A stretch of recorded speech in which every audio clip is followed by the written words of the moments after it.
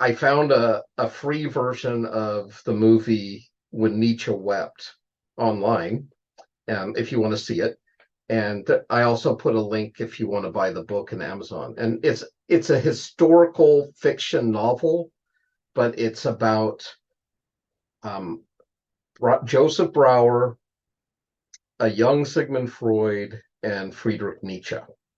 And and so I'll talk about that in just a couple slides. The beginnings of modern psychology and the psychotherapy that they called the talking cure. That's what Joseph Bauer called it.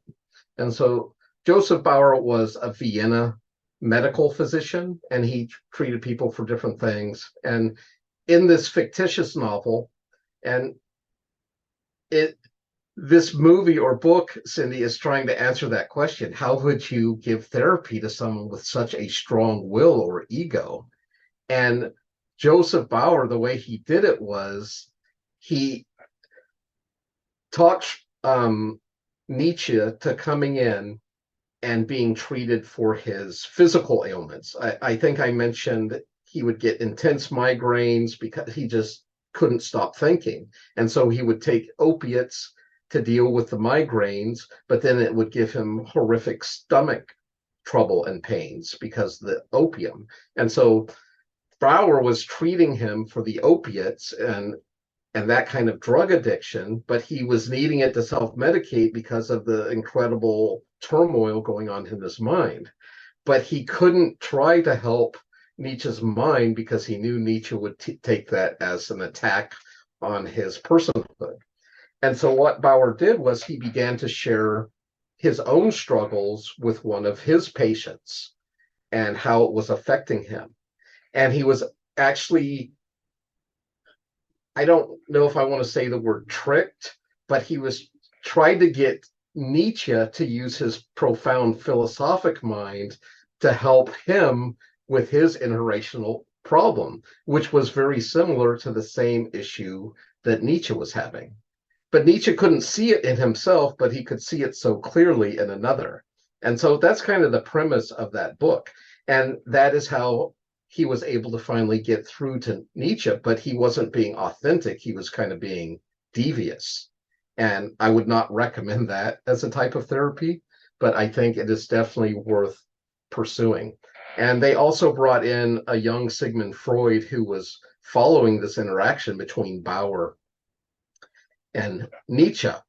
And it's believed that between the two of them and their discussions, they're the ones they're kind of given co-credit for psychotherapy or the talking cure or psychoanalytical school of thought. And I think that's really interesting to think about. Carl Jung was also contemporary of these folks.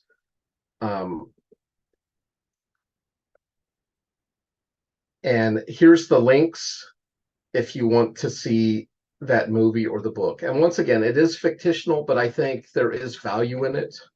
I got a lot out of it.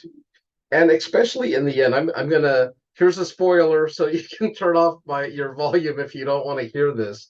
But further on into the movie, Joseph Bauer and Freud tried this experiment where I think he actually, Freud put Bauer under hypnosis. And the point of this hypnosis was to encourage Bauer to follow out this fantasy because he was in love with a patient.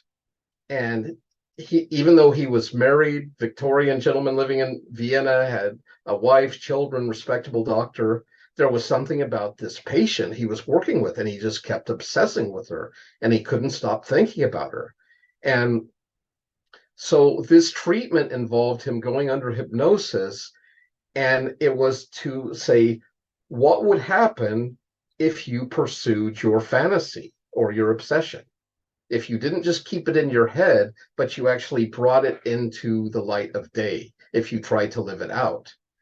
And when Bauer did that and pursued his life with this patient, it was not a happy life. And he had lost his reputation, his job, his children, his loving wife. He was having to do like waiter jobs just to feed himself. And his patient did not feel the same about him that he did about her.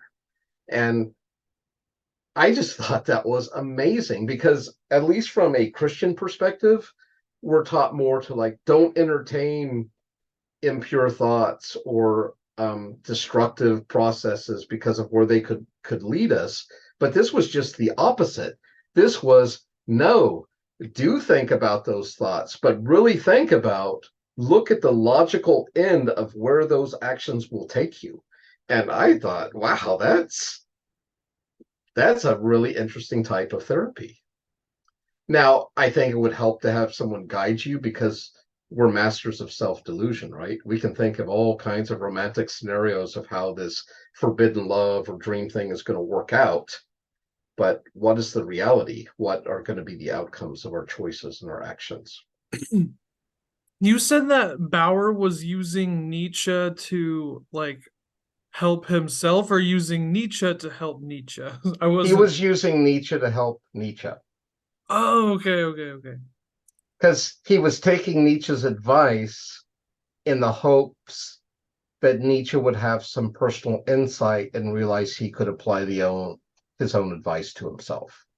Mm. So instead of trying to come in and give him input from the outside, he was getting Nietzsche to pull up from within himself his own therapeutic program, even though he didn't know that. And That's once again, there's some ethics involved here I would be concerned about.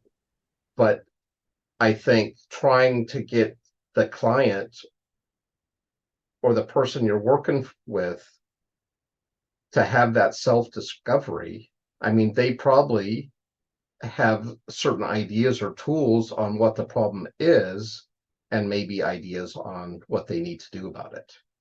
And in that sense, it's more that Socratic, you're walking alongside the client instead of you're being up here saying, you must do this, and here's your 10-step program to sobriety or mental health or a better marriage. It's like, no, let's walk together. Let's talk about this. Let's exchange ideas and information. And I think I really appreciate that approach. It's not all that unlike the prophet. I think it was Nathaniel when he came to David regarding his relationship with Bathsheba and saying, if your neighbor did this, what would you do for the neighbor? It was having, King David look inside himself. What do you already know to be true? Exactly. That's a really great example. Thank you. And Nathan was a prophet, so he could do that stuff. Oh man, yeah, that is one of the most shocking encounters in the Bible, right? Because David is outraged at the injustice, but he can't see his own great injustice. But it's still in there. It's that template, right? But it's like broken. And the prophet helped him see. Yeah, very good.